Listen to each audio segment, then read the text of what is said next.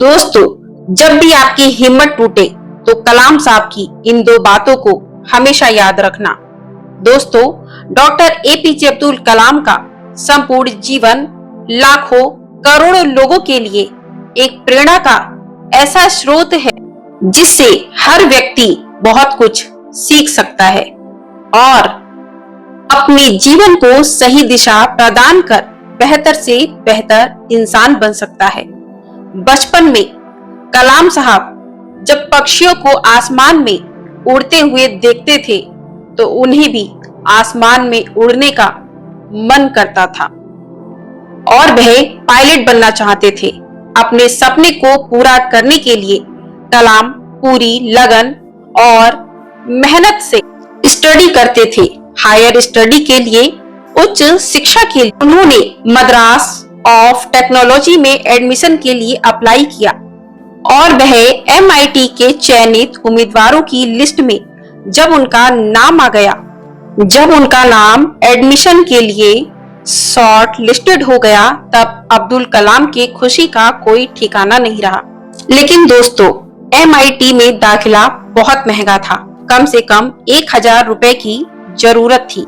1950 के दशक में एक साधारण परिवार के लिए 1000 रुपए बहुत बड़ी रकम होती थी और अब्दुल कलाम जी ने हिम्मत नहीं हारी। कई दिन गुजर गए लेकिन पैसों का कोई भी इंतजाम नहीं हुआ। धीरे धीरे दाखिले की अंतिम तिथि की भी नजदीक आती जा रही थी। तभी एक दिन कलाम को पता चला कि पैसों का इंतजाम हो गया है। वह भागे भागे घर आए और अपनी अम्मी से पूछा कि इतने पैसों का इंतजाम कैसे हुआ।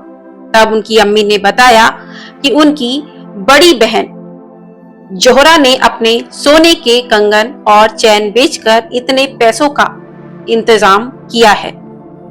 अपनी बहन का उनके ऊपर विश्वास, उनकी उम्मीद, उनके स्नेह को देखकर कलाम एकदम पसीज गए और उनकी आंखों से आंसू छलक पड़े थे। दोस्तों, एमआईटी अर्थात मद्रास इंस्टीट्यूट ऑफ टेक्नोलॉजी ने इस स्टडी के दौरान एक बार फिर कलाम के सामने एक बहुत बड़ी चुनौती आन पड़ी। कलाम को अपने 6 कलीग्स अर्थात अपने 6 साथियों के साथ मिलकर एक फाइटर एयरक्राफ्ट का डिजाइन बनाने का प्रोजेक्ट दिया गया। कलाम अपने साथियों के साथ उस प्रोजेक्ट पर काम करने में लगे हुए थे। तभी अचानक प्रोफेसर श्रीनिवासन रिव्यू करने के लिए पहुंच गए। प्रोजेक्ट के डिजाइन और प्रोग्रेस को देखकर वे बहुत निराश हुए। उन्होंने कलाम से कहा कि कलाम, मैं तुम्हारे काम से संतुष्ट बहुत निराश हुआ। मुझे तुमसे इससे कई बेहतर डिजाइन की अपेक्षा थी। कलाम ने कई सारे कारण बताए लेकिन उन्होंने एक न सुनी। फिर कलाम ने प्रोफेसर साहब से विनती की और कहा कि सर, मुझे 1 महीने का समय दीजिए। मुझे पूरा विश्वास है कि मैं एक बेहतर डिजाइन बना लूंगा। प्रोफेसर श्रीनिवासन ने कलाम की ओर देखा और कहा, देखो नौजवान, मैं तुम्हें 3 दिन का समय दे रहा।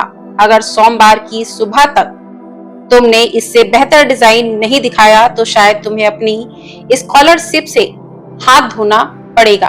प्रोफेसर के मुंह से यह बात सुनकर कलाम एकदम से स्तब्ध रह गए। उनके सपने, उनका भविष्य सब स्कॉलरशिप पर टिके थे। परिवार के सदस्यों का चेहरा एक एक करके उनके जीवन में आने लगा। उन सब ने कितने विश्वास, उम्मीद और आशा के साथ उन्हें एमआईटी में पढ़ने के लिए भेजा था। कलाम हिम्मत के साथ डटे रहे, अपने काम में जुट गए। उस रात बिना डिनर किए पूरी रात अपने साथियों के साथ काम में लगे रहे, अपनी पलकें तक नहीं झपकाई। अगली सुबह बस 1 घंटे अलार्म आराम किया, मुंह में जरा सा कुछ डाला और फिर से उस काम में जुट गए।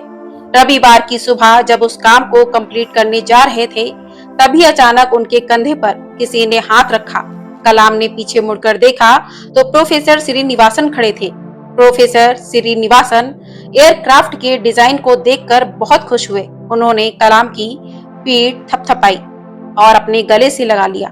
प्रोफेसर श्रीनिवासन कलाम को अपने घर ले गए और मद्रास की स्पेशल कॉफी पिलाई।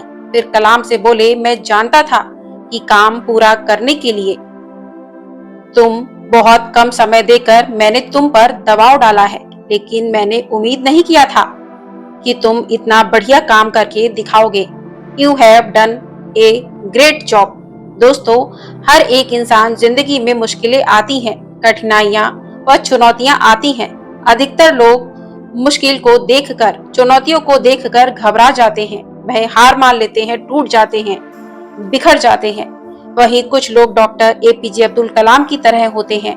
वह हिम्मत से हर मुश्किल और चुनौतियों का डटकर सामना करते हैं और ईमानदारी से परिश्रम करते हुए जीवन में आगे बढ़ते जाते हैं। दोस्तों, हिम्मत और मेहनत दो ऐसे हथियार हैं जो एक इंसान को योद्धा बना देते हैं, जो जीवन के किसी भी क्षेत्र में आपको विजय दिलाने की क्षमता रखता है। वो कहते हैं ना कि मेहनत की स्याही से लिखे हैं अपने इरादों को, उनके मुकद्दर के पन्ने कभी कोरे नहीं हुआ करते। इसी के साथ इस वीडियो को यहीं पर समाप्त करते हैं। पसंद आई हो तो लाइक अवश्य कीजिएगा। चैनल पर नए हैं तो सब्सक्राइब जरूर कर लीजिएगा। जय हिंद, वंदे मातरम।